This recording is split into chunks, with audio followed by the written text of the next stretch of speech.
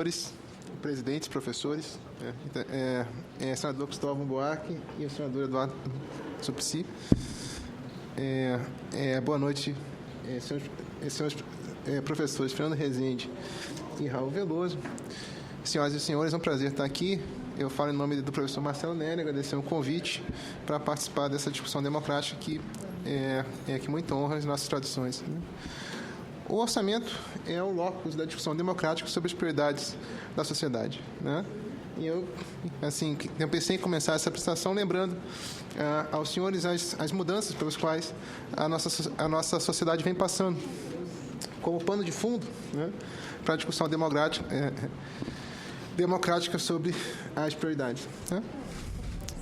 Então, a ideia é dar um pano de fundo demográfico socioeconômico, depois a gente fala das receitas, depois dos gastos, e a gente faz algumas considerações sobre a institucionalidade brasileira, com ênfase no processo orçamentário e no regime de metas de superávit primário expressadas na LDO, tal como me foi pedido aqui no convite que recebi, com temas amplos, né? Então, esse é o plano de voo, são 4 tópicos em uma ordem que eu acho que pode ser, então, tida como intuitiva, tá? Um primeiro ponto importante, eu acho, para a gente falar sobre a nossa sociedade, né, é que ela está ficando cada vez menos jovem. Ela está ficando cada vez menos jovem a passos relativamente rápidos, ainda que eu tenha sido... essa é uma coincidência, mas a gente vai ter novos números precisamente sobre isso daqui a 2 dias.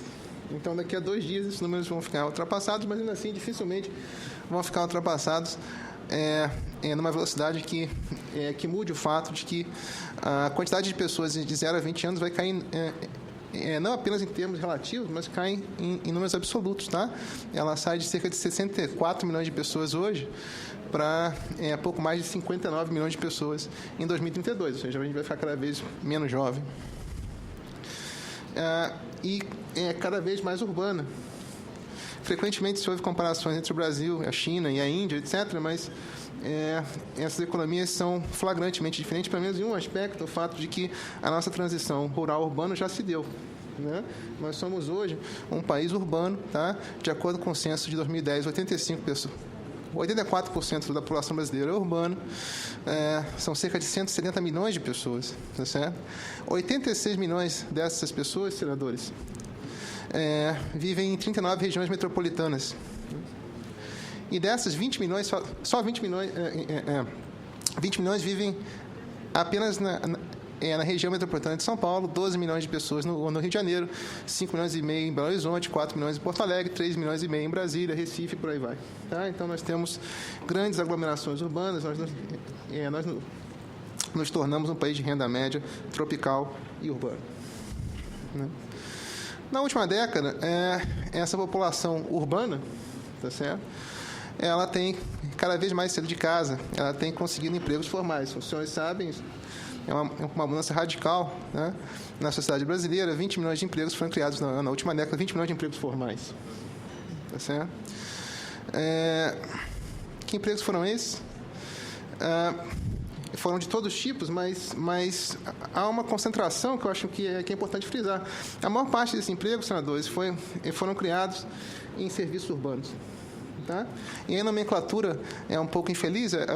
Vocês vejam, quase 6 milhões de empregos foram criados em outros serviços. Esses outros serviços assim inclui terceirização, são quase cerca de 3 milhões, mas inclui também saúde mercantil, educação mercantil e alimentação fora de casa. Tá? Isso sem contar o comércio, com quase 5 milhões, tá? E a administração pública, com quase 3 milhões e meio. Tá? A indústria de transformação também cresceu, mas os empregos foram criados fundamentalmente em setores de serviços para essa massa de pessoas que moram nas cidades. E aí não há como deixar de levar em consideração os grandes ganhos salariais dessas pessoas, tá certo? E o papel indutor, indicador do salário mínimo, tá? Para os salários dessas pessoas no mercado formal. Os números são evidentes, cerca de 90% dos novos empregos formais criados, senadores, se dá entre 1 e 2 salários mínimos. Isso é por motivos óbvios. As pessoas estão entrando no mercado, elas portanto, têm pouca experiência e a maior parte delas entra no mercado com salários mais baixos. O salário mais baixo, o piso desse mercado, o salário mínimo tem tido ganhos reais há muitos anos e fundamentalmente a partir de 2003. Isso é simultaneamente causa e consequência, tá certo? do maior processo distributivo de renda que se tem notícia, né? E é importante que se tenha notícia porque as PNADs datam de 76, os censos tinham cobertura variável, né? Se usa muito o censo de 60 como um excelente censo, né? O de 70, e a partir daí você usa, em geral, a PNAD com pequenas mudanças, né? Então, na cobertura, etc., mas na série histórica que se tem, né? Você tem uma mudança distributiva radical, eu diria. Há uma piada entre as pessoas que discutem distribuição de renda. Havia uma piada, né? Que, então, estudar distribuição de renda era mais ou menos como analisar o processo de crescimento da grama, né? Porque nunca mudava nada. Bom, até que começou a mudar radicalmente, começou a cair 1% do Gini todo ano, e esse processo continua em andamento, um processo certamente muito importante para entender a nossa sociedade. O que a sociedade quer do governo? Que sociedade é essa? É uma sociedade, portanto, urbana, com maior poder aquisitivo, tá certo? Que incluiu dezenas de milhões de pessoas. O professor Marcianelli gosta de usar o termo nova classe média, outras pessoas usam outros termos, mas o que é inegável é o processo de inclusão dessa massa urbana, que consome cada vez mais serviços urbanos, serviços eles que são trabalho intensivos e, portanto, geram empregos urbanos. Tá certo? Bom, então, assim, esse é o pano de fundo, não é assim surpreendente, a meu ver, as demandas explicitadas pela população por melhores serviços urbanos. Trata-se disso, né? Ninguém está pedindo uma geladeira melhor ou um carro com 4 portas ao invés de 2 ou alguma coisa do tipo. As pessoas estão pedindo serviços urbanos, porque moram nas cidades. Bom, então esse é o pano de fundo que eu trago aqui para os senhores, para a nossa discussão do orçamento. E aí o ponto, então, do orçamento, próximo passo é a gente discutir receitas e despesas. Então, tradicionalmente, assim que se faz. Os dados que eu usei aqui são dados que são talvez agregados demais, a gente pode discutir, eu suponho que esse seja o começo de um diálogo, não o final. Eu venho aqui sempre que me chamarem e a gente pode trazer os dados cada vez mais aprofundados, se for necessário, tá? A primeira coisa que é importante deixar claro é que, de fato, a tributação cresceu no Brasil. Ela tem crescido também, acompanhado um pouco esse processo. Tá? O crescimento é muito interessante. A carga tributária também, ela não é uma variável que, em princípio, né, que você esperaria que mudasse radicalmente. Ela ficou parada em cerca de 25% do PIB desde 1960 e poucos, né? Na verdade, era 17%, chegou a 16% do PIB em 63%, ela subiu para 24% do PIB em 64% por motivos óbvios, né? E ficou parada em 24% do PIB durante muito tempo, até que a inflação foi domada nesse país. E aí ela começou a crescer durante vários governos, já foram muitos governos desde que começou esse processo de crescimento. Ela começou a crescer monotonicamente, tá? Monotonicamente não, ela cresce monotonicamente até 2003, ela dá uma paradinha, depois cresce até 2008, com a crise ela cai, depois ela volta e agora você pode, imagino que haja motivos para pensar no final, ou pelo menos uma certa estabilização da carga tributária, ou talvez inclusive uma tendência de queda, tá? A tributação se dá de várias maneiras. É instrutivo, eu acho, a gente dividir a tributação em 4 tipos, tá, senadores? A tributação sobre a produção ou sobre produtos, né? O cidadão está produzindo um bem, etc., e o Estado, então, impõe a esse bem um sobrepreço, tá certo? Essa é uma tributação sobre tributos, sobre produção, ela gira em torno de 15% do PIB, ela subiu um pouquinho em 2012, tá? Há um segundo tipo, que são as contribuições sociais, que essas cresceram mais. As contribuições sociais são fundamentalmente contribuições sobre a folha de pagamentos, senadores. E esse crescimento, ele se deu. É importante deixar claro que nesse período de 2005 em diante, principalmente, não houve aumentos, né, de alíquotas ou coisas do tipo, não houve criação de novos tributos. Assim, sempre muda um pouquinho, mas não houve mudanças radicais. Tá certo? Essas mudanças se deram, então, portanto, meio que endogenamente, como dizem os economistas. No caso das contribuições sociais, a razão é simples. Senadores, esse crescimento reflete o dinamismo do mercado de trabalho formal brasileiro. Né? Os tributos sobre a renda também cresceram, novamente, porque quando o país cresce, calha das firmas lucrarem mais, tá certo? E aí, de fato, a tributação sobre a renda aumenta, né? E a tributação sobre patrimônio foi caiu, refletindo o final da CPMF. Tá? Até 2004 é interessante, até 2004 essa dinâmica esse crescimento é muito rápido, entre 97 e 2002, 2003, e se deu fundamentalmente no rescaldo das crises cambiais. Né? Você tinha uma crise cambial, o país devia em dólares naquela época, a crise cambial tinha efeitos muito severos sobre as contas públicas, ato contínuo, alguém ia na televisão e falava que ia fazer uma combinação de políticas monetárias austeras e fiscais austeras também. As fiscais austeras envolviam sempre a contenção de despesas e a criação de receitas. A criação de receitas implicava o crescimento da carga tributária, mesmo em um contexto de muito baixo crescimento. O senhor vai avançando aí, se o senhor achar que eu estou demorando. Bom, assim, diante desse cenário, assim, qual é o cenário mais provável para os próximos anos? Quem está pensando, né, no futuro aqui? Bom, espera-se um crescimento menos intenso das receitas tributárias nos próximos anos, possivelmente acompanhando o PIB em termos reais, proposição a crescer mais rapidamente com o PIB, como aconteceu, senadores, entre 2004 e 2011, né? Até 2011, a arrecadação tributária está crescendo mais do que o PIB. Ano após ano, após ano, após ano. Tá certo? Bom, nesse momento, isso por quê? Não porque se criasse mais impostos, porque a própria dinâmica da economia ia puxando. Assim. Você ia criando mais empregos, as firmas iam lucrando mais, etc.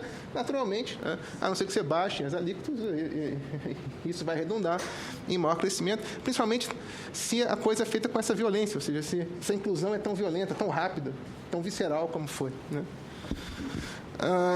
Bom, mas agora, então, aparentemente, o governo está tomando medidas ativas no sentido de reduzir esse crescimento da tributação, especificamente desonerando, né, setores inteiros da economia, setores eles associados fundamentalmente, não apenas, mas fundamentalmente, à folha de pagamentos, tá? Que foi assim, um setor, né, que mais gerou benefícios do ponto de vista de arrecadação na última década. Tá certo? Espera-se, portanto, em continuando esse processo, né, então, de exonerações tributárias, espera-se, portanto, um arrefecimento do ritmo de crescimento da arrecadação nos próximos anos. Esse é um dado conhecido. A carga tributária brasileira calhou de estar muito perto da média dos países da OCDE. As pessoas perguntam, bom, os países da OCDE têm uma renda per capita maior que a nossa. Sim, por óbvio. É justamente por isso que a gente se compara com eles. A gente aspira chegar a eles, ao nível de desenvolvimento deles. Tá certo? E isso é menos nobre, mas também calha que são os países que têm os dados os melhores dados, são mais fáceis de você utilizar. Enfim. Eu falo aspiras no sentido de assim, aspirar ou de uma sociedade que aspira à provisão de bens públicos. Aspira-se bens públicos similares. Não se aspira a bens públicos de países que não sejam desses países, até onde eu sei. Eu não tenho um termômetro, mas, enfim.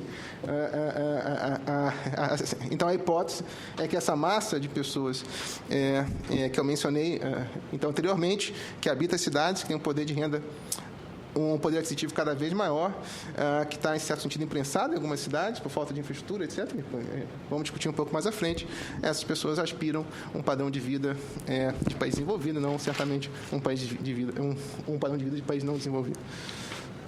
Bom, então essa é uma questão, assim, essa eu acho que é um resumo, então, razoável, né, rápido, da dinâmica da arrecadação no Brasil nos últimos anos.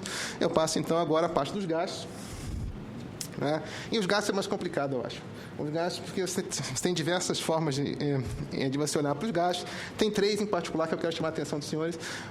A primeira delas é quando você olha os gastos pelas chamadas categorias econômicas. Se você olha se o governo está pagando funcionário público, se o governo está investindo, se o governo está comprando bens intermediários, tá certo? Se o governo está pagando juros ou coisas do tipo, tá certo? Isso é uma forma de você olhar os gastos públicos. Uma segunda forma de você olhar os gastos públicos é você olhando que tipo de função ou de bem público esse governo está tentando prover.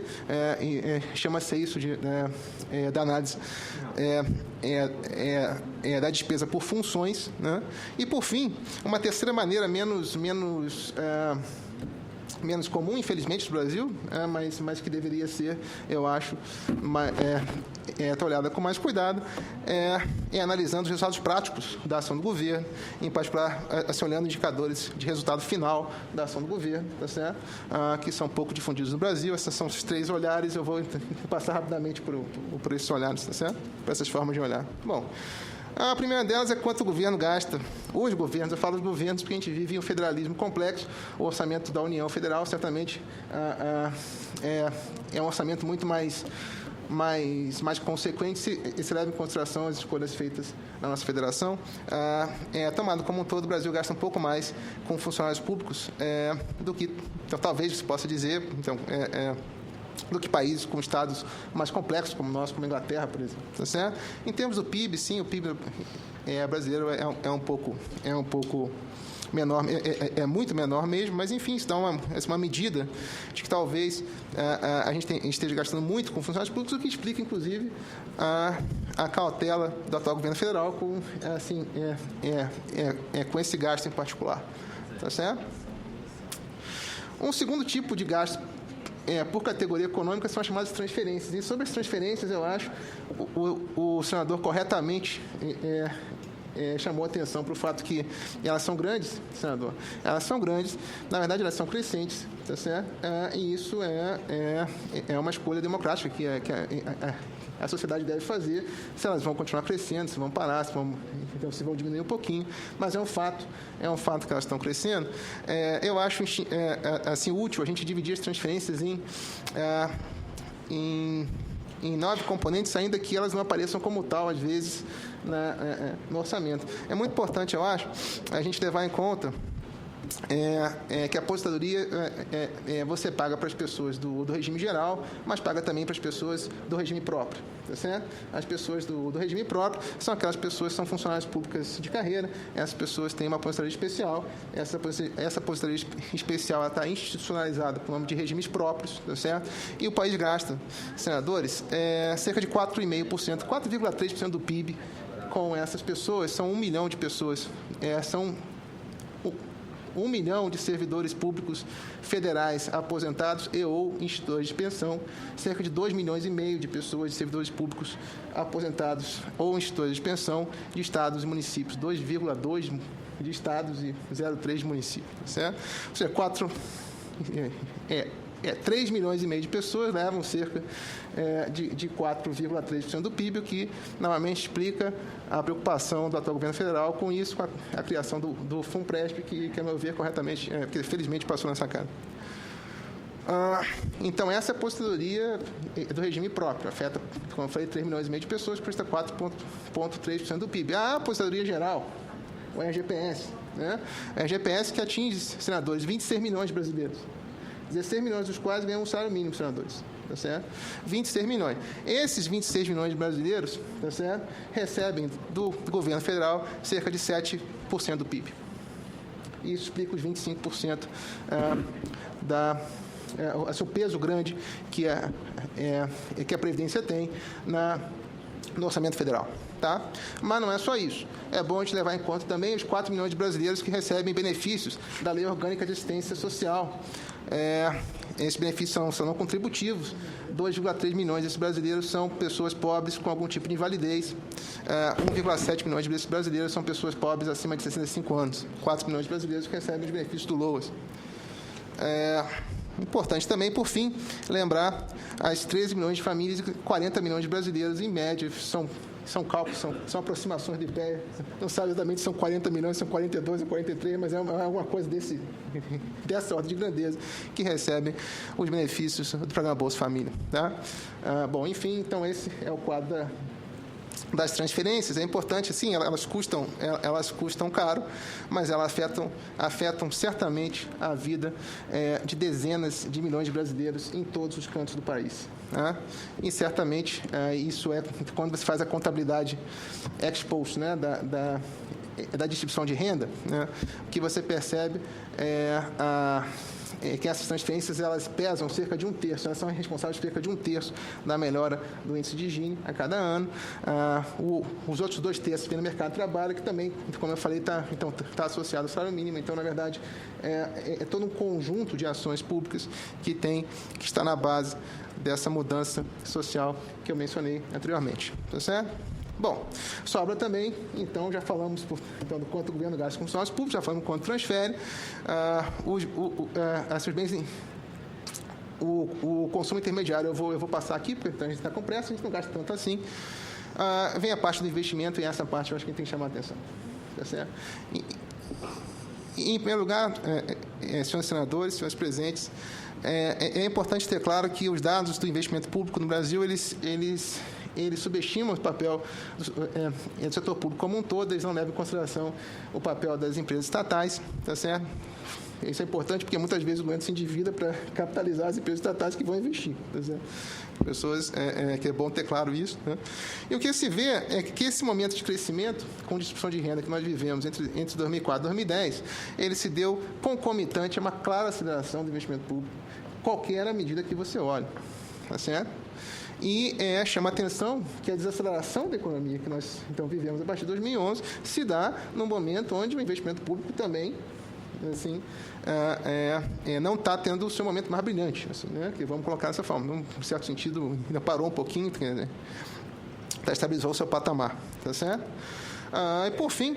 Aquela sigla FBCF significa... É a forma pelo qual os macroeconomistas chamam o investimento, que significa formação bruta de capital fixo. Também. Isso é importante porque... Formação bruta de capital fixo. Isso, porque o dado da Petrobras, ele não é um dado, infelizmente, que seja diretamente comparável, tá, com a formação bruta de capital fixo. É um dado de despesas de investimento, é um conceito da contabilidade pública, não conversa tão fluentemente com as contas nacionais, mas, enfim, é o dado que existe. Felizmente, na revisão das contas nacionais, o IBGE vai voltar a calcular a formação bruta de capital fixo das estatais. A IBGE fazia isso até 2003, parou de fazer em um dado momento, agora vai voltar. Tá certo? Então, os dados não são diretamente comparáveis, mas eu coloquei aqui porque eles têm a mesma trajetória, uma trajetória de estabilidade em termos reais. Senhores senadores, eu não estou nem falando de percentagem do PIB, não. Estou falando do índice de volume mesmo. Ela ficou parado no Brasil anos e anos e anos, o mesmo índice de volume entre 95 e 2003, até que começou a subir em 2004. Foi assim até 2008, 2009, que 2009 caiu, como todo o resto da economia. Em 2010 atingiu o seu ápice e daí parou. Tá certo? A conta com juros, como todos sabem, está diminuindo. Ela continua ainda muito alta, mas ela já foi bem mais alta. Tá certo? E, bom, com isso eu fecho a parte dos gastos por categoria econômica, passo então a falar dos gastos por função. Né? Agradeço se puder pôr a tabela de juros, que passou muito rápido. Tá. Eu estou indo rápido, estou tentando fazer justiça ao pedido que foi feito anteriormente, mas se você quiser, a gente pode discutir isso. Proporção. É a proporção do PIB. A proporção do PIB. É de bom tom a gente comparar esse número, eu não coloquei no gráfico aqui, mas é de bom tom a gente calcular esse número com a dívida líquida do setor público, né? que vem caindo também. A dívida líquida do setor público brasileiro ela é um pouquinho menor que a francesa. A França paga cerca de 3 vezes menos que nós, por conta de juros. Ainda tem espaço para cair esses juros. De todo modo, é inegável que esforços já foram feitos, estão sendo feitos nessa direção, né? Bom, passando agora para a questão das despesas por função, aí eu estou tentando aqui, então, aproximar a classificação brasileira da classificação internacional, né? Para chegar a esses números aí. Esses números são aproximações, tá? São aproximações que eu fiz, eles não são a prova d'água perfeita, mas eu acho que dão uma ideia boa de onde eu quero chegar, tá? A ideia é que, sim, a gente gasta cerca de 5% do PIB com educação, cerca de 5% do PIB com saúde. Isso foi em 2012, né? Esses são dados da publicação Balanço do Setor Público rearrumados de uma forma compatível com as Nações Unidas, tá? Isso é tudo, né? Proteção social 14%, etc., né? Bom, aí envolve os três níveis de governo? Sim, três níveis de governo. Por isso que entra a segurança. Porque a educação sobe muito por causa do gasto com os estados e municípios, né? Bom, isso é importante porque sempre se volta. Bom, mas o governo gasta muito, o governo gasta pouco com saúde. Novamente, a gente tem a vantagem de ter os dados dos países da OCDE para comparar. Em percentagem do PIB, senadores e demais presentes, o Brasil tem 5 países para os quais a gente tem dados que gastam menos que o Brasil em percentagem do PIB: a Turquia, a Suíça, a Coreia, a Estônia, a Polônia e Luxemburgo. Todos os outros gastam mais. Agora, o problema disso é que o PIB desse país é muito maior que o nosso. Então, é de bom tom, eu acho, enfim, a gente normalizar isso pelo gasto per capita, né?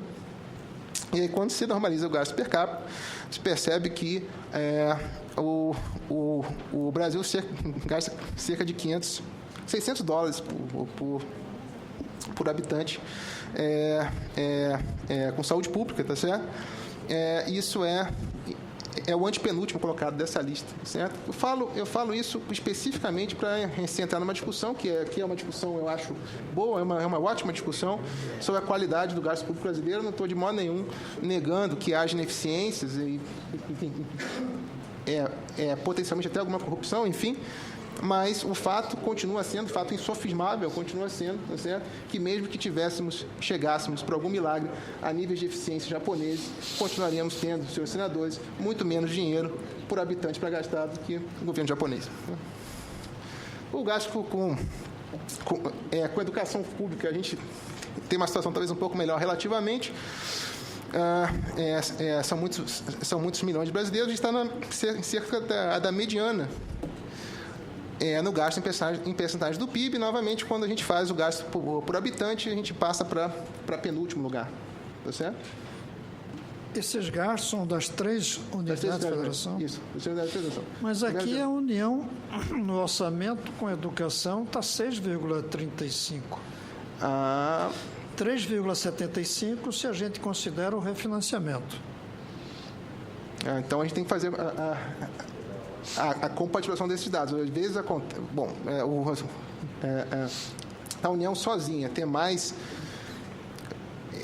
a não ser... o país inteiro tem algum problema, mas o que... a não ser...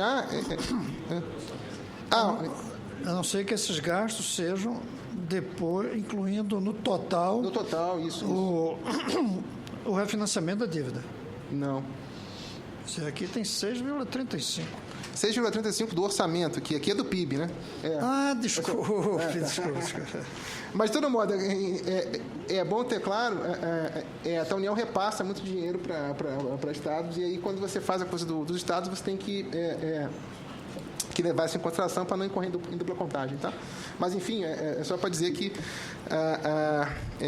esses dados eles são compatíveis com um valor significativo da União Federal, tá? Porque a União ela repassa muitos recursos para estados e municípios. Bom, por fim, concluindo essa questão dos gastos públicos, eu passo aqui a falar sobre indicadores físicos de gastos públicos. certo? Quer dizer, físicos e de produção pública, e eu uso os dois que são consagrados nas contas nacionais do IBGE. Um deles são o número de matrículas, tá? Dos censos escolares, do INEP, que dão conta, senhores senadores, que o número de matrículas no Brasil está caindo. Ele atingiu o máximo na educação básica em 2004, e desde então ele vem caindo rapidamente. Ele não vem caindo pouco, não. Tá certo? Ele sai de 49,2 milhões em 2004 e chega a 42 milhões em 2012. Tá? Isso se dá, a meu ver, supõe-se, não são mais estudos que teriam que ser feitos naturalmente, mas é compatível com a visão de que estamos ficando menos jovens. Né? Note que o crescimento rapidíssimo, quase exponencial, das matrículas no ensino superior público, porque no privado ainda vai muito mais, se levar em questão ProUni, etc., é muito mais do que isso, enfim, mas no público você cresce, quer dizer, muito rapidamente, e a lamentar talvez o baixo dinamismo no ensino médio. No ensino médio, esperar-se-ia talvez resultados melhores. Então, aí talvez, mesmo dentro de um quadro de grande inclusão social, você há fenômenos localizados, nenéns e coisas que o valham. Então, talvez espaço para políticas públicas para esses jovens em particular. Tá? Fundamental também caiu bastante. Mas o fundamental a gente espera tem mais então efeitos demográficos talvez sejam mais óbvios, né? No ensino médio é um pouco menos forte, quer dizer, um pouco mais forte a hipótese que está caindo por causa de fenômenos demográficos, enfim. Uma coisa que chama atenção, senadores, é a falta ainda, na verdade, de indicadores de qualidade desse gasto. Sim, a gente já tem alguns indicadores, Prova Brasil e etc., né? O desempenho dos nossos estudantes no exame A, B ou C, etc., mas ainda falta, eu acho, uma cultura de acompanhar esses índices para como, no caso dos países desenvolvidos, em particular a Inglaterra, você tenha um acompanhamento da qualidade desses indicadores, tá? A saber, a criança pode estar matriculada sem aprender nada, né? Colocando em português, claro, né? Bom, no caso da saúde, né, nós também temos indicadores então, de quantidade física, tá certo? São indicadores do DataSUS. Esses indicadores eles são calculados já há bastante tempo. São indicadores de procedimentos ambulatoriais que vem crescendo exponencialmente. São cerca de 900 milhões de procedimentos ambulatoriais por trimestre, tá certo? Quer dizer, o que demonstra os números, o quão impressionantes são os números do SUS, mas aí chama a atenção o fato de que o indicador de internações está estagnado. Tá certo? Significando dizer que as pessoas elas vão ao hospital, elas recebem então algum medicamento, etc., mas a oferta de leitos, etc., não tem crescido tanto quanto se poderia esperar, o que, mais uma vez, é compatível com o quadro de relativo baixo investimento público. Tá certo? Bom, qual será provável para a dinâmica dos gastos públicos nos próximos anos, senadores e demais presentes? Espera-se uma continuação da pressão por gastos em saúde, em particular tendo em vista o envelhecimento da nossa população. Os gastos em saúde, classicamente, são gastos em J. Eles começam altos na primeira infância, etc. Eles caem, ficam estáveis durante muito tempo. Então, por uma parte grande da vida da pessoa, quando a pessoa vai envelhecendo, eles sobem novamente. Tá certo? O número de brasileiros menos jovens então leva uma tendência de aumento dos gastos com saúde. Mesmo os gastos em educação, que tenderiam a cair por motivos demográficos, devem continuar a subir. Esses outros gastos são claramente inferiores em termos per capita aos anseios expressos da sociedade diariamente nos meios de comunicação. Certo? Obviamente, sim, que para manter a qualidade como está, você pode até cair, porque vai ter menos crianças, etc. Mas o problema é que você não quer manter a qualidade como está. Pelo amor de Deus, a qualidade como está é muito ruim, enfim. E mais recursos são necessários, obviamente, para isso. Né? Os gastos com juros, embora tenham caído relativamente bastante nos últimos anos, continuam muito altos para os padrões internacionais e tenderão a subir com o aperto da política monetária, infelizmente, a médio e curto prazo, enfim, mas aperta a política monetária, isso dá um repique nos juros, viva-se com isso. Já se vive com isso há algum tempo, né? Há décadas, para ser mais preciso. Os gastos com as transferências públicas de ciência e previdência também deverão continuar em alta, em princípio, ceteris paribus, ou seja, tudo mais permanecendo constante, acompanhando tanto a dinâmica demográfica quanto a do salário mínimo. E, por fim, essas dinâmicas associadas ao baixo dinamismo relativo da arrecadação tributária continuam a restringir os graus de liberdade para as demais políticas públicas. Ou seja, você continua tendo uma pressão forte sobre o orçamento público e que, em certo sentido, é um reflexo da nossa pobreza e dos nossos anseios. Faltou o cenário dos gastos com a folha de pagamento. A folha de pagamento tem que cair. Eu falei que são assim, um pouco maiores. Os dados que eu tenho aqui não são os mais precisos, administrativamente, depois eu posso passar para o senhor. Então, dados detalhados, inclusive com acompanhamento do número de servidores públicos. Vai, ok, então tá bom. Que vem caindo fortemente por causa da União Federal, chegou no ponto de mínimo da série há 20 anos. Há 20 anos que os gastos da União Federal não são menores, são tão pequenos com a folha de pagamentos em percentuagem do PIB. Né? Enfim, eu já andei aqui, agora estou fechando realmente. Algumas brevíssimas notas sobre a complexa institucionalidade fiscal e orçamentária brasileira. Eu estou no Senado Federal, as pessoas aqui, eu suponho, entendem muito mais o orçamento do que eu. Não vou, então, flertar com o ridículo, mas eu vou falar algumas coisas que talvez, enfim, possa ajudar em um grau de genialidade mais alto. A primeira delas é citando o estoque de restos a pagar não processados. Restos a pagar não processados é uma categoria contábil. Que reflete despesas que são empenhadas, mas não são canceladas. Então, elas ficam esperando a hora de serem executadas, tá certo? E isso, de fato, não parece ser, enfim, a forma mais eficiente de fazer, sugerindo, então, fortemente a ideia de um orçamento plurianual. Esse orçamento plurianual é esse que já é levado a cabo na Inglaterra, no Reino Unido desde 1960. Não vejo nada na institucionalidade brasileira que nos impeça de fazer isso. Muito ao contrário, parece uma boa ideia. Enfim, fica a sugestão. Já quem está pensando no longo prazo, né? Em segundo lugar, a pressão para alcançar a meta no final do ano nos investimentos públicos. Né? Isso tem a ver com o orçamento plurianual, isso tem a ver com a segunda sugestão a fazer para o debate, tá certo?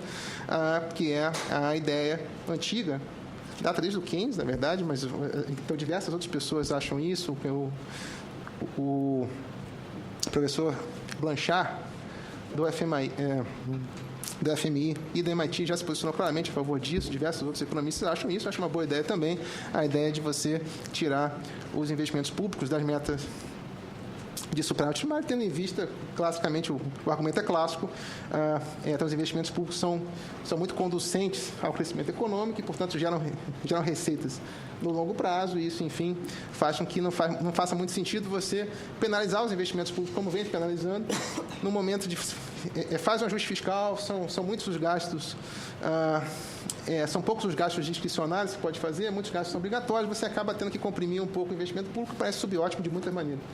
São duas formas de você lidar com isso, que parecem inteligentes. Uma delas é você tratar do orçamento plurianual, a segunda delas é você subtrair então, os investimentos da meta de superávit primário. Há uma racionalidade clara e já bem estabelecida para ambas as medidas. É uma questão de fomentar o debate sobre elas no Brasil. Muito obrigado pela atenção.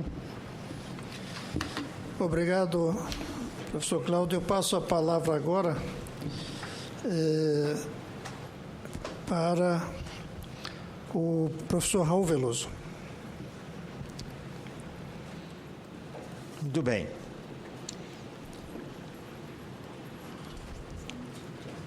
Estou só esperando aqui para passar. Enquanto passa, eu queria dizer, doutor Cláudio, que os cenários são preocupantes. Aquele quadro de cenários acende uma luz vermelha, né, ou amarela. Eu diria amarela. Há diversos graus de liberdade que a política econômica pode se beneficiar.